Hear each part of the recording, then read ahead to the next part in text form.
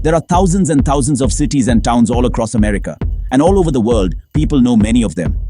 On pretty much every corner of the globe, you'll find people who recognize New York City, Los Angeles, Chicago, and many more.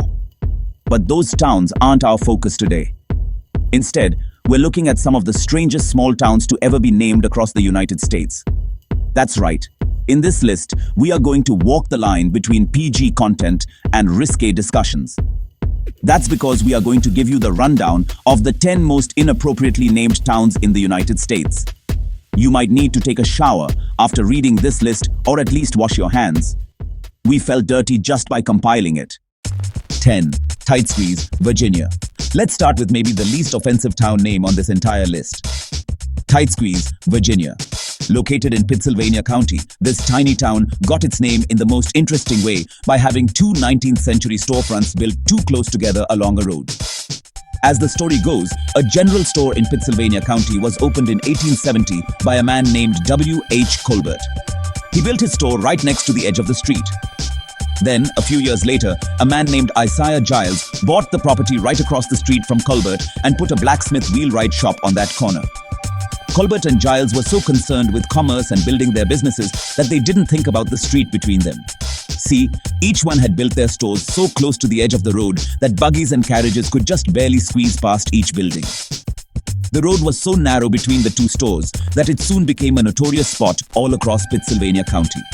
People from all over the region began to warn each other of the tight squeeze along the road between the two stores. Over time, the name stuck, and when a town popped up around Colbert's and Giles's shops, it came to be known as Tightsqueeze. See, this one has a perfectly normal and safe for work explanation. Get your mind out of the gutter, or out of the narrow street as it were. 9. Reamstown, Pennsylvania. Back in 1717, a man named Johann Eberhard Riem came to the United States from his hometown of Lehman, Germany. He eventually settled in an area of what would come to be known as Lancaster County, Pennsylvania. When Johann, who was mostly known in America by his middle name, settled there, the town that popped up around him was known as Zoar. Riem put down roots in the area and grew a family. He even received permission from the local indigenous group of people, the Kokaliko, to settle and live peacefully. Eventually, Riem's offspring grew the region into a full tract of workable land. And in time, the man Americanized his last name too, going from Riem to Riem. With the blessing of William Penn and the legal documents backing it, Johann's grandson Tobias Riem was officially deeded the entire area as his property in 1760. With that, the name of the town changed. What was once called Zoar suddenly became Reamstown. Over the next 3 centuries, Reamstown never grew to be very much. Even today, the now unincorporated town only claims a bit less than 4,000 local residents. But its name certainly draws some eyebrow raises and guffaws from the less mature among us. Sure, the history of the town's name is about as basic as it comes, a place named for the family that first settled there. But the suggestive name nevertheless makes us giggle. Ain't nothing wrong with that. 8. Spread Eagle, Wisconsin. Okay, let's get freaky. Up in the vast northern stretches of Wisconsin, right along the state's border, shared with Michigan's Upper Peninsula, lies a tiny town called Spread Eagle. As far as suggestive names are concerned, this one might take the cake. The area itself is super secluded and very rural. Most residents aren't full-time locals, but people from elsewhere in Wisconsin and the rest of the Midwest who own summer cabins and hunting lodges there. So it's a pretty desolate place, but its name has drawn a ton of attention to Spread Eagle, even if a robust population hasn't followed. But how did it get its name anyway?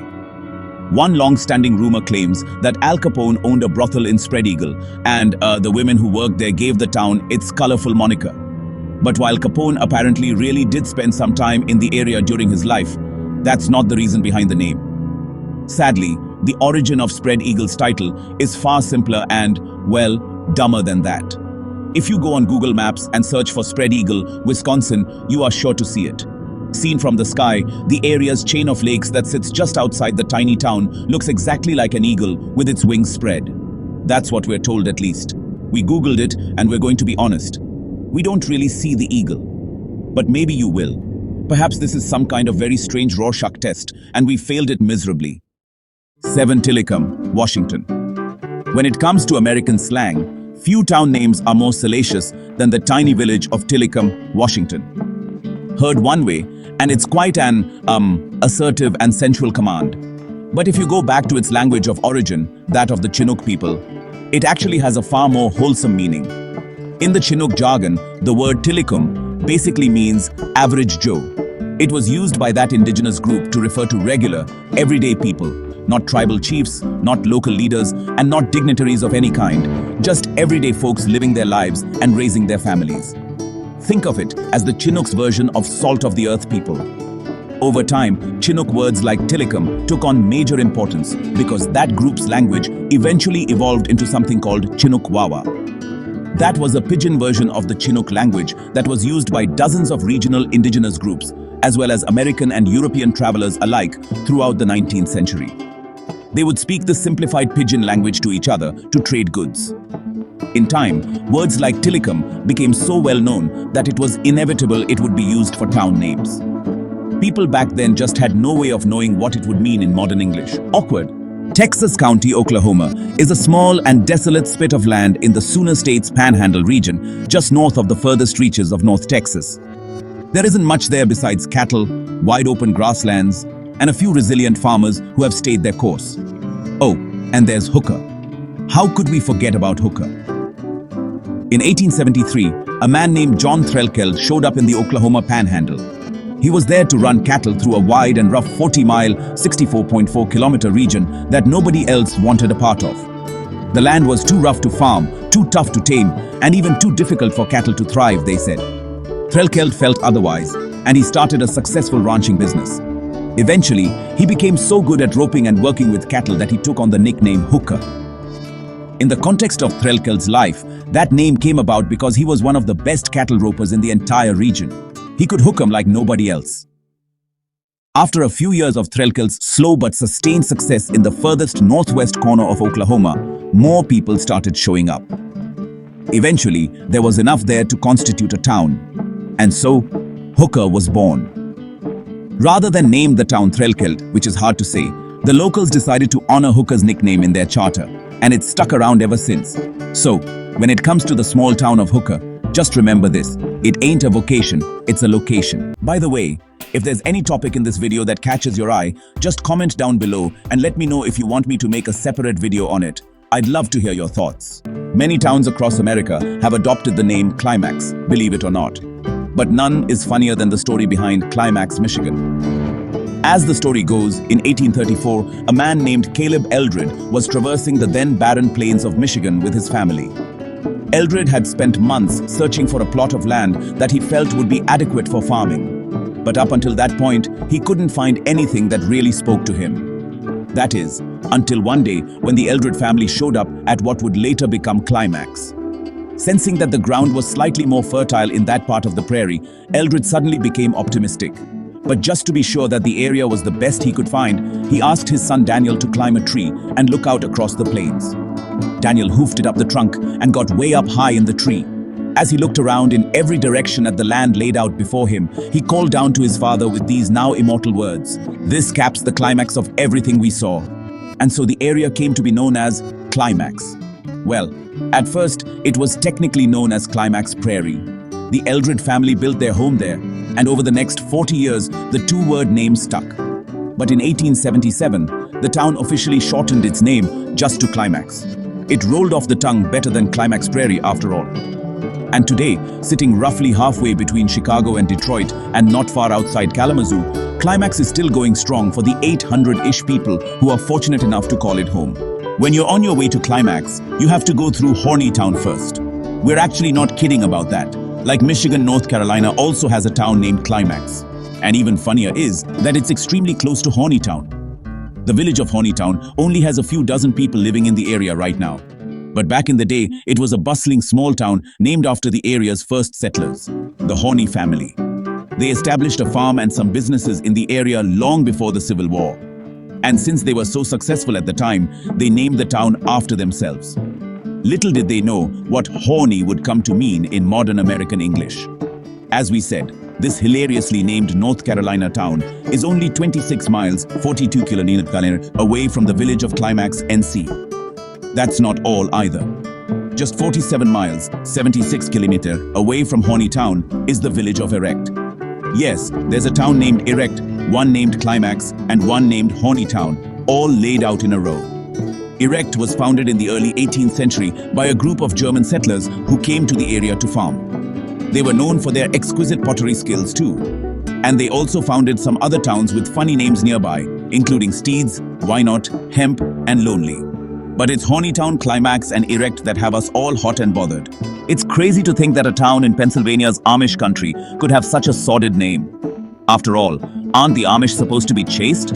But the town of Intercourse, Pennsylvania, might suggest otherwise. That is until you learn the strangely named city's backstory. The village was first founded in 1754 and called Tightsqueeze after a local tavern. In 1814, it officially changed its name to Intercourse. There are a few theories as to why the name change went through too, and none of them have anything to do with, that kind of intercourse. One theory holds that a local horse racing track in the area gave the town its new name in 1814. That track was supposedly called Intercourse, which could have morphed into Intercourse over time. Another theory contends that the town's name change happened because the area hosted a major intersection of two important roads through the region: the Old Kings Highway, which is now known as the Philadelphia Pike, and a highway that runs from the city of Erie all the way to Wilmington, Delaware. The third name change theory might be the bullseye, though. In this option, historians cite the fact that intercourse previously meant something different than its definition in the modern age. In the past, intercourse referred to fellowship and non-sexual social interaction between community members. Thus, the folks who lived in Intercourse must have been particularly community-minded when they opted to change the name. And they obviously had no way of knowing what it would come to mean in the 21st century. In Northern California, in Nevada County, which borders the nearby state of the same name, sits a tiny town called Rough and Ready. No, it isn't named for what you think it is, so get your mind out of the gutter. But if you're a history buff with a particular focus on past American presidents, you might already know exactly why this town was named as it was.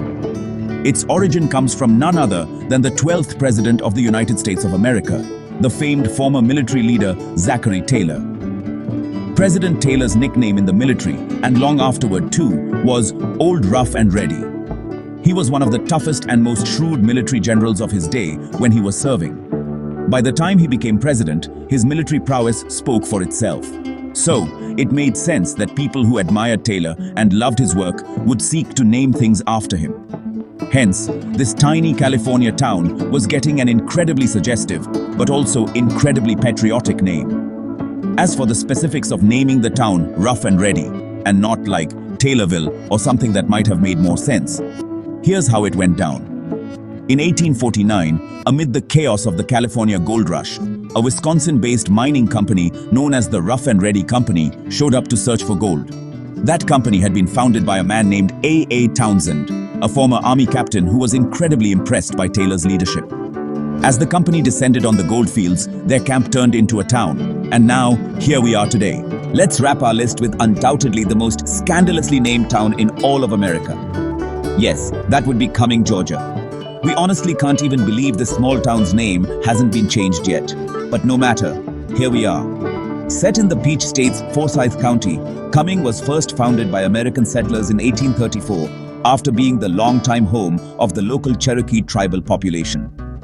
There are two possible inspirations for the town's name: either Colonel William Cumming, who was a prominent military man from nearby Augusta, or Sir Alexander Cumming, who was a baron's son who emigrated to the United States in the early 18th century and settled in the area. Regardless, a post office was established in Cumming in January of 1834, and by the end of that year, the state legislature officially incorporated it. Locals had high hopes for the town after it was named the county seat of Forsyth County that year too. But almost immediately, its fortunes fell. In the 1830s and 1840s, the laying of railroads across Georgia missed Cumming completely, costing the area key business contracts. Then, the nation's westward expansion and the California Gold Rush of 1849 combined to draw people away from Cumming. Heck, even Union General William T. Sherman completely bypassed Cumming during his infamous Civil War run through Georgia. And today, Cumming's population still hasn't hit 10,000 folks. Wow, you guys have made it till the end of the video. And remember, according to YouTube, the best way to help the channel in the algorithm is to watch another one of my videos right after this one. So go ahead and check it out. Thanks for sticking around. See you soon. Until then, peace.